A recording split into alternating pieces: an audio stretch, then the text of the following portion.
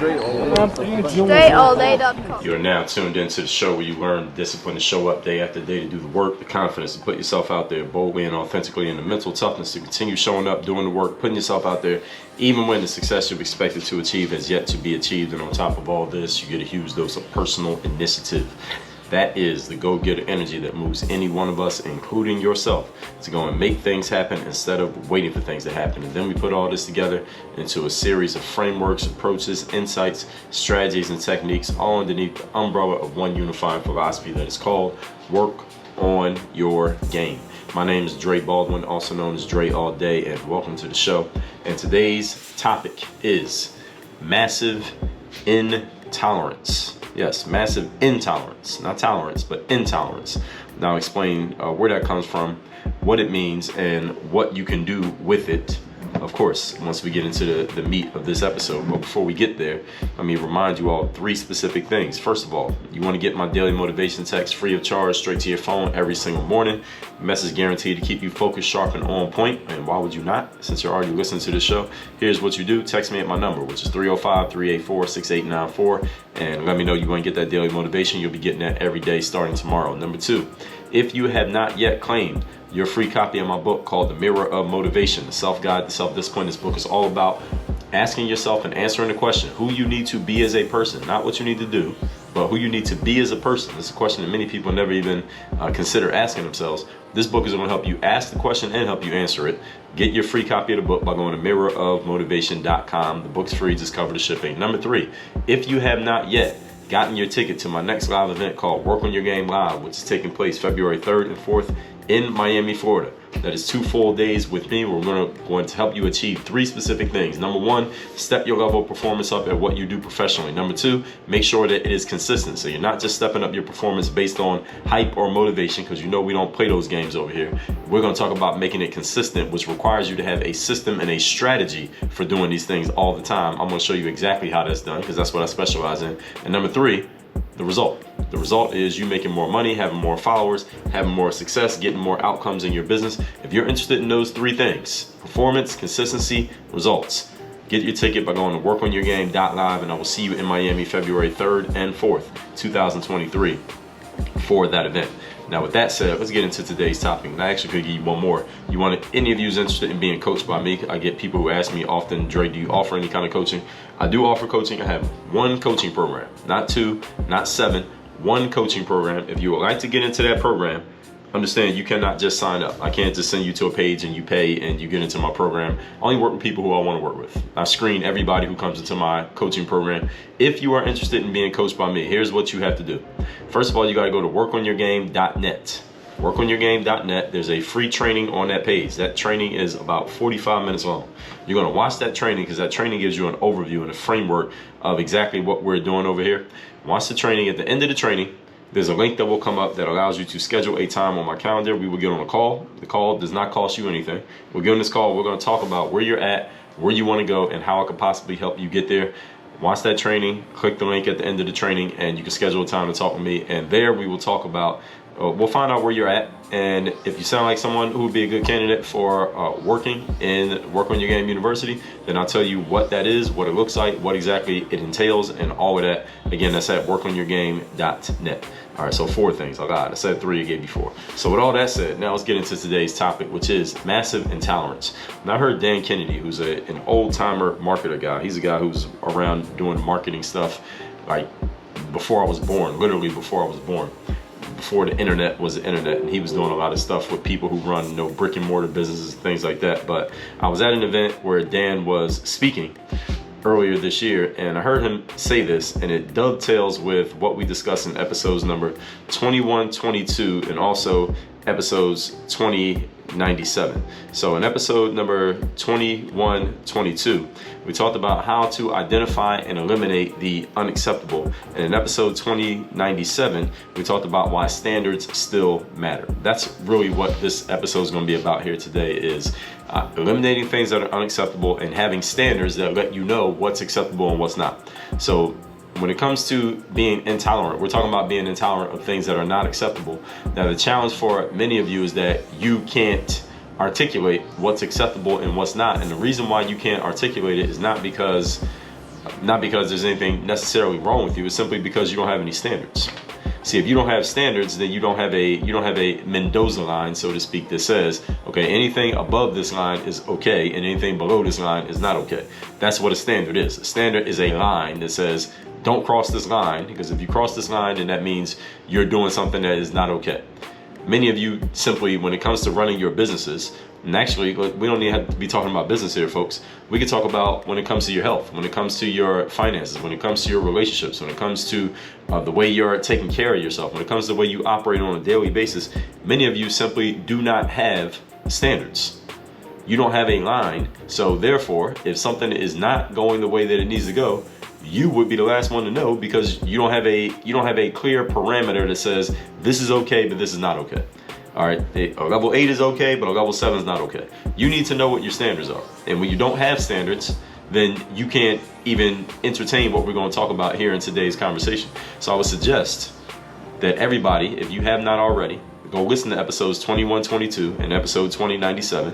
If you have listened to them before, yet you still don't have any standards in place in your life or your business, then what you need to do is go listen to them again, because you just listened to them for entertainment purposes, but you didn't do anything with what you heard. Now, I want you all to understand that this show right here, I understand many of you listen to it when you're in the gym, or you're exercising, you're on a walk, or you might be washing dishes, or you might be driving.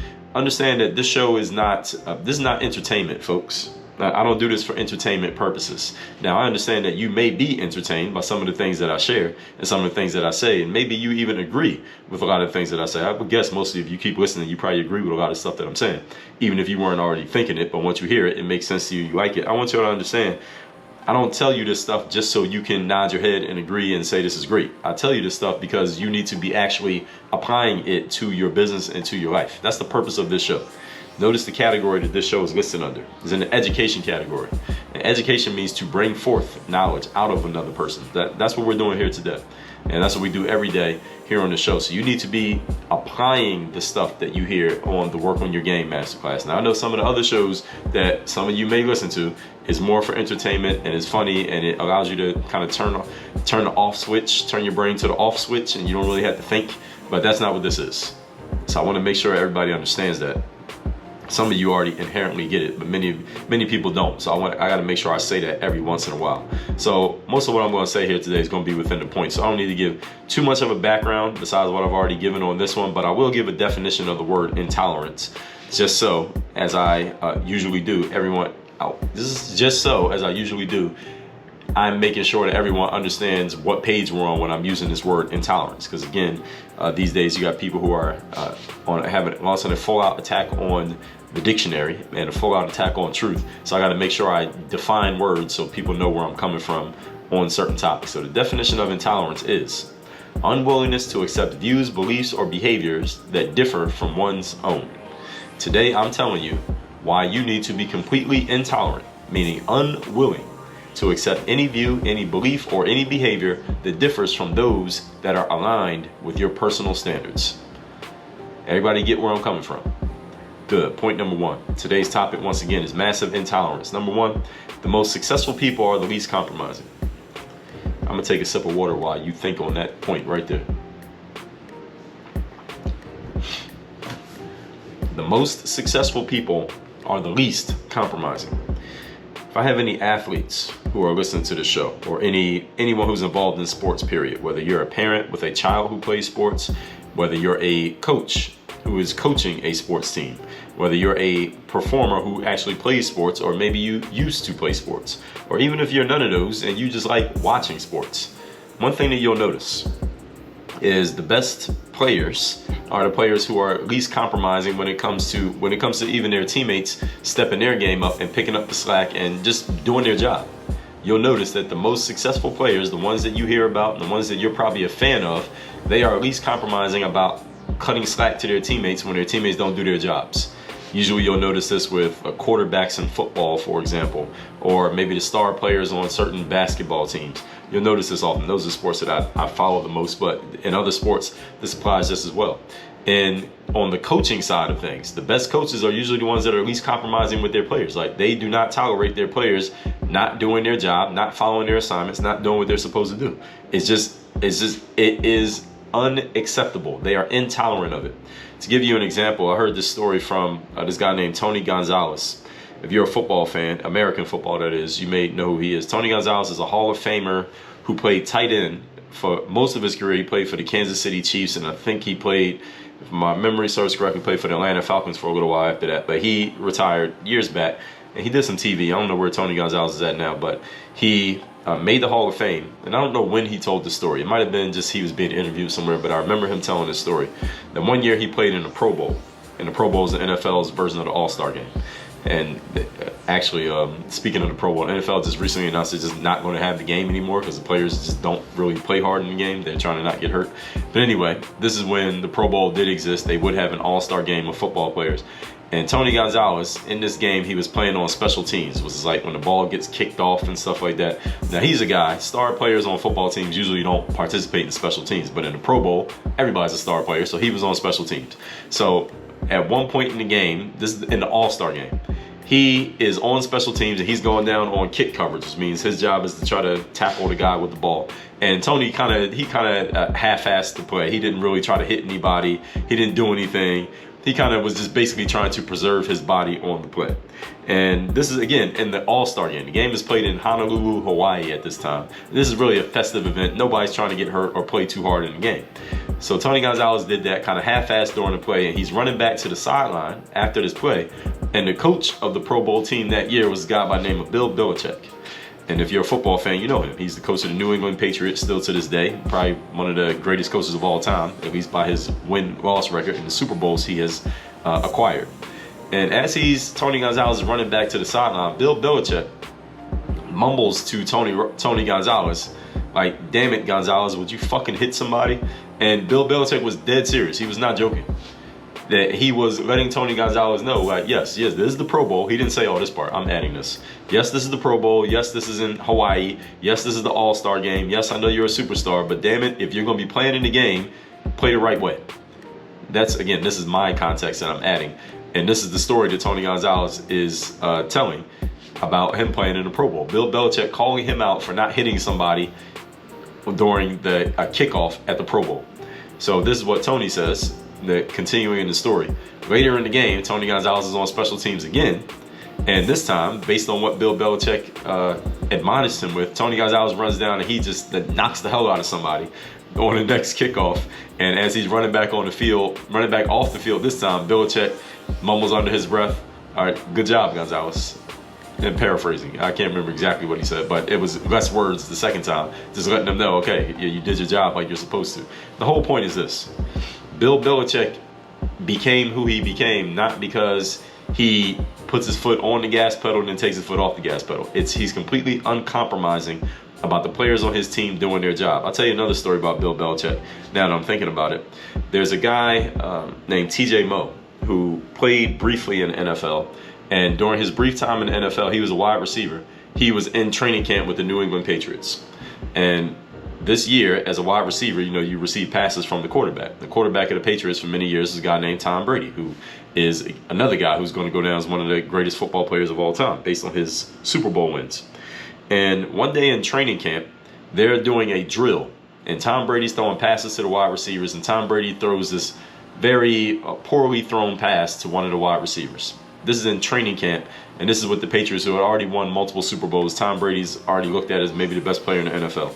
And when he throws this bad pass, Bill Belichick just rips into Tom Brady in front of the whole team. And he says, "God damn it, Brady, I can get the quarterback from Foxborough High to throw a better pass than the bullshit that you just threw." And Foxborough is the name of the city where the New England Patriots play, Foxborough High. So he said, "I can get the quarterback from the local high school to throw a better pass than that bullshit that you just threw." He says this to the best player in the league, Tom Brady, in the middle of the entire team. And again, he was not joking. And TJ Moe related this story because what happens is after the drill's over, all the wide receivers, they're gathered together, they're running to a different part of the field, and Randy Moss was on the team at this time. He was a wide receiver, superstar wide receiver, Hall of Famer in his own right. And Randy Moss looks at the other guys on the team, the other wide receivers, while they're all together after Bill Belichick just ripped into Tom Brady in front of everybody. And Randy Moss says, "Yo, Bill Belichick talks to Tom Brady like that?" Because Randy Moss wasn't used to seeing this. And the other guys on the team said that Randy Moss, hey, He talks to everybody like that. Nobody is above the standard, no matter who you are. And this is the point that I want to make here. We're still on point number 1. The most successful people are unwilling to accept anything that does not live up to the standards that they have set, or is going outside of the lines of the parameters that they have in place, or the outcomes that they have decided to achieve. I want you all to understand, I'm taking so much time on this point because this is the very reason why they become successful. And it's the reason why they've remained successful. Not because they are open to and willing to engage with anything and everything that comes around.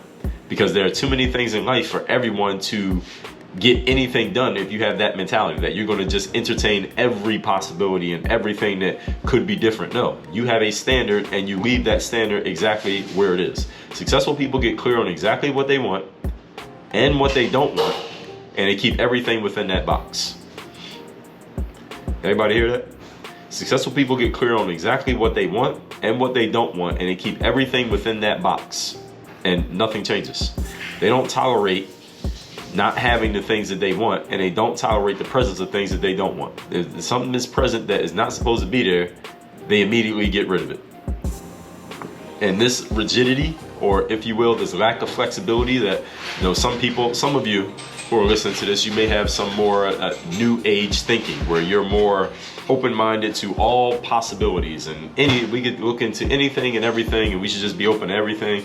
And there are times in life when you can be like this. For example, if you're just exploring new possibilities and you're not quite sure where you want to be or what you want to do, yeah, you could be more open, a lot more open to a lot of things, because you haven't decided where you want to go. But once you're clear on exactly what you want, then this is when the rigidity or lack of flexibility, same thing, comes into play. Bill Belichick knew what he wanted. He wanted to win the Super Bowl, and he knew what it took to win the Super Bowl. Therefore, he didn't need to be open to new ideas. He had his ideas, and everyone else had to fit into what the boss wanted. All right, and this is the main reason why he became successful. And it's the reason why he remained successful. To give you another example, just recently, from when I'm recording this, it'll be a few weeks old by the time you all hear this, but there was a situation where Kanye West and Kyrie Irving, two prominent entertainers in different spaces, but entertainers, both said things that somehow, some way, and we don't need to get into the details of. I wrote extensively about both of these, by the way, for those of you who don't know. But they offended the Jewish community in some way, and they both faced penalties for doing so. And one of the things that I wrote, when I wrote about specifically the Kanye story, because that one happened first and the Kyrie happened after that, is that even though Kanye had said some things that offended the black community, it was when he said some things that offended the Jewish community that he really started to face some backlash. And there are many theories as to people talk about why this is, or why did people just get mad when he said something about the black community, but he got real penalties when he said something about the Jewish community. And what I wrote in my articles, and you can find this on Substack, is workonyourgame.substack.com, by the way, or look on my Facebook page or my Facebook page. Those are the two places you can find the full articles. If you're on my email list, you got the emails. But one of the things that I said is that the Jewish community has certain standards that the black community simply doesn't have. Period. There are certain standards that they have. Now, yes, do they have some tangible power that maybe the black community doesn't have? Sure, but I don't believe that's the main thing. See, the tangible thing is usually the convenient answer that people go to when something's not going the way they want it to go. That's in any area of life. When the actual root of the tangible resource is the mindset, it's the standard. And one of the things that I wrote about the Kanye situation is that when Kanye said what he said that offended Jewish people, and we're not going to go into detail exactly what it was, you may know about it if you don't, go read my article, is that they have certain standards that they don't tolerate people saying things about their group that they're not okay with. They have a standard that if that line gets crossed, there's an immediate response from the entire community as a whole. Whereas other communities don't have those standards. And I'll give you an example. This was years back. There was a book written by Charles Barkley and Mike Wilbon. Many of you know Charles Barkley is a former NBA player. He's a TV broadcaster now, probably more famous from TV than he is from playing basketball. And he did a book together with a guy named Mike Wilbon. Now, Mike Wilbon is a journalist. Well, he used to be a journalist. I mean, he kind of had to trade in his journalism chops to work for ESPN. Different conversation for a different day. But he's on a TV show called Pardon the Interruption, which is where he became more famous from TV than being a journalist. And Mike Wilbon's TV partner, Mike Wilbon's a black guy. His TV partner on PTI, pardon the interruption, is the show, is a Jewish guy by the name of Tony Kornheiser. And I remember reading this book that Charles Barkley and Mike Wilbon did together years back. And Charles Barkley said this in the book. He said that the black community simply, and he was intimating, I don't remember the exact words that he said, but he said the black community simply doesn't have the same standards as other communities. And he said, Charles said, that he went to Tony Kornheiser and asked Tony Kornheiser a question. He said, Tony, when the Jewish community notices that you have an idiot in your community, a person who is bringing the quality of the environment down, bringing the community down, not doing the right things, not representing the community right, what do you do? And Tony Kornheiser's response was very brief. He said, we get rid of them. And Charles Barkley shared that in the book. And then he went on and said, well, in the black community, we don't do that. We allow the idiots to stay around the community. We celebrate the idiots. We tolerate the idiots. We even defend the idiots. Then we wonder why our community isn't progressing the way that other communities do. All of this is part of the point that I'm making here. We're still on point number one. What standards do you have, and do you actually uphold the standards? Too many of you listeners today have been conditioned on this mindset of being open to anything and everything, even things that are below your standards, and you know they're below your standards. You allow them anyway, and allowing everything an audience in your mind. Everything does not deserve an audience in your mind. In other words, you don't need to entertain every new idea when it's not what you know is not what you want or what you need. Sometimes you need to be intolerant, close the doors, and not be open-minded to new things when you are clear on what your standards are. Point number two. Today's topic, once again, is massive intolerance. Number two, look at that definition of intolerance again, which is unwillingness to accept views, beliefs, or behavior that are different from your own. Unwillingness to accept things outside of your frame of mind when you already know what you want. All right, why would you accept anything that goes outside of it? Again, the exception is those of you who are not sure what you want right now. You can be open to pretty much anything because you need to explore. But at some point, you need to close the doors. At some point, you can't let everything in. And you need to get focused on what exactly you're going to do. When you know you want something done a certain way, why would you accept it being done half of that way or 80% of that way? When you know you don't want interruptions, why would you accept an interruption or a distraction, even if someone has a very good reason for interrupting you? See, one thing that's happening in society today is that there are very smart people using clever language tools to open people up, people like you and me, to accepting things that had generally been unacceptable to us. And you can look around in society and you may have a different set of those things that are unacceptable to you than I have that are unacceptable to me. But there are very smart people who are using their language tools to manipulate people with this. Okay, so you should be open to this. So for example, there is one thing that has happened is that we had back in the day, before I was alive, we had the civil rights movement for black people to grant civil rights and just basic human rights to black people in the United States of America. Everybody knows about that. It was celebrated. It, quote unquote, worked. And black people now have civil rights in America. So we can say that it worked. The reason why I said quote unquote is because of it got conflated with many other things at the exact same time. And what's happening these days, you have some very clever people who are trying to get these same rights for, let's say, the concept of transgenderism, or a boy becoming a girl, or a girl becoming a boy, or a boy or a girl saying, no, I'm not a boy or a girl. I'm an it or they or them. And people are supposed to accept this. And what these people are doing, one of their tools, one of their tricks, they got many, but one of their tricks is to use this language of civil rights. Well, look, if black people are allowed to get rights and women were allowed to get rights, why should we deny rights to a transgender person who's decided that they were born a boy, but now they decided that they're a girl? Why can't we give rights to them? They're using these language tools to open you up to this new idea, and you had to be just as clever as they are to catch them on their what I consider to be bullshit and not allow it. But people who are really good at this, they're really good at insinuating these new ideas into other people's minds. And this is one of the things that's happening in society. I'm just using that topic as an example because one that I've been noticing lately, but there are other topics as well. And you may notice others. And then they use those same tools. Here's what they do is they'll try to use those same tools of language to guilt or shame you if you won't go along with the idea that they're trying to implement. And again, some of you may have noticed this, especially if you have kids who are in school.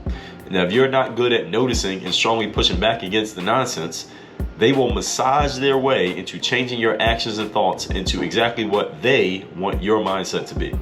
This is why having a strong conviction of what you believe in and what you don't believe in matters a lot. So many of you might be going through life thinking, well, I'm just open to everything. I'm not going to go against anything. I'm just open to any idea, and any person can be who they want to be and think how they want to think. And I'm not telling you that you're wrong if that's the way that you would like to, if that's the way you want to conduct yourself. Understand though, when you leave your doors open to anyone, then anyone will walk in. Everybody follow what I'm saying? So you got to decide to whom are the doors open and to whom are the doors closed. People who don't have these convictions are easily persuaded into believing what other people want you to believe, not what you want to believe. And in any engagement between two human beings, the person who has the strongest beliefs controls the situation. Point number 3. Today's topic, once again, is massive intolerance. And this is a good thing. Number 3, being tolerant of so many things means that your mental doors, as I just said, are always wide open. And that means any person can walk right in and make themselves at home in your mind. They can plant any idea they want into your mind because you have decided that you want to be open to anything and everything. And again, there are things that you should be open to and you can be open to. You get to decide what they are. But I also am suggesting here today, by virtue of this topic, that you shouldn't be open to everything. There are some things that it's okay to say no to. Back in the days, those of you who are old enough to remember, they used to have this TV campaign that the government funded called Say No to Drugs. It was a Say No to Drugs campaign. It was just say no. And there were all kinds of commercials. They had the commercials with the eggs frying. They would say, this is your brain. And the eggs would start frying. They would say, this is your brain on drugs. And they would have examples of kids having arguments with their parents and pointing out to their parents, hey, I learned how to use drugs by watching you. And the parent would have this light bulb moment, like, damn, I'm the one who influenced my kid to become a drug user. And they had the junkies, crash test dummy junkies from using drugs. And they had this dog, the crime dog, say no to drugs, McGriff, whatever it was. The dog say no to drugs. It used to be this campaign. I'm bringing that up to explain that there was a time when you were encouraged by the powers that be to close your mental doors to certain ideas. Say no to this.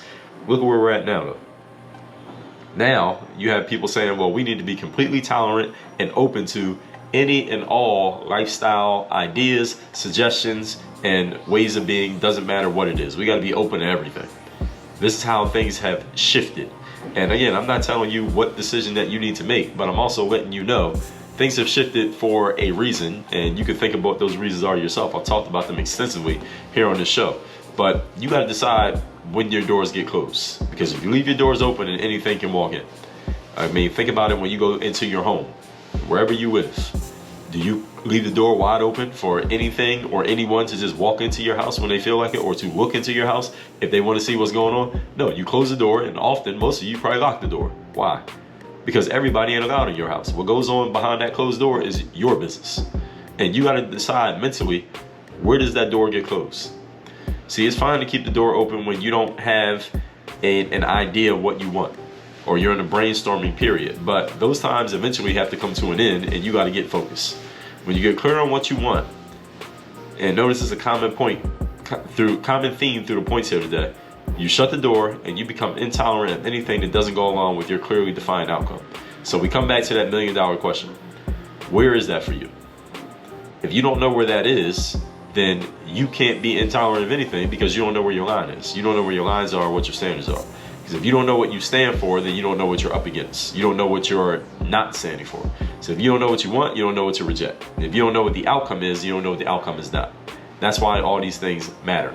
That's why having a system and having a strategy matters, because this is where you get clear on what is okay, what is not okay. What are our measurables? How do we know this is working? How do we know this is not working? But first, you got to get clear on where you're trying to go before we can do any of that. And that's why at Work on Your Game Live, we are going to go extensively into all of this stuff that I'm talking about here. So I'm not just telling you this to whet your appetite. Actually, I am telling you this to whet your appetite, but I'm not going to leave you there with an appetite and then not tell you how to get the food. I'm going to tell you how to get the food by getting your ticket, by going to workonyourgame.live and coming to my event in February. But let me recap today's class, and I'll talk about that again in a second.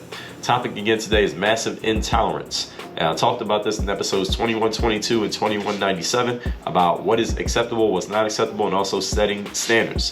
Definition of intolerance is unwillingness to accept views, beliefs, or behavior that are different from yours. Number one, most successful people are the least compromising individuals. I told you multiple stories about that. They are unwilling to accept anything that goes against the standards that they have set or colors outside of the lines and the parameters that they have in place. This is the very reason why they are successful. Yes, they are rigid. Yes, they are inflexible. And this is the reason why they succeed, not because they are open to anything and everything. Point number two, unwillingness to accept things outside of your own frame of mind. When you know what you want, you know what's okay and what's not okay. All right, so you don't need to be open to everything when you're clear on what you want. See, I'm clear on exactly how I want this show, the Work on Your Game Masterclass, to go. And I know what standards I've set for how I want people listening to the show, the type of people I want to attract to being on the show, the kind of people I want not being on, but listening to the show, subscribing to the show, being fans of the show, and the kind of people who I want to be in my audience. I know exactly what that is, so I don't need to be open to anybody else's ideas on how I should do things on this show.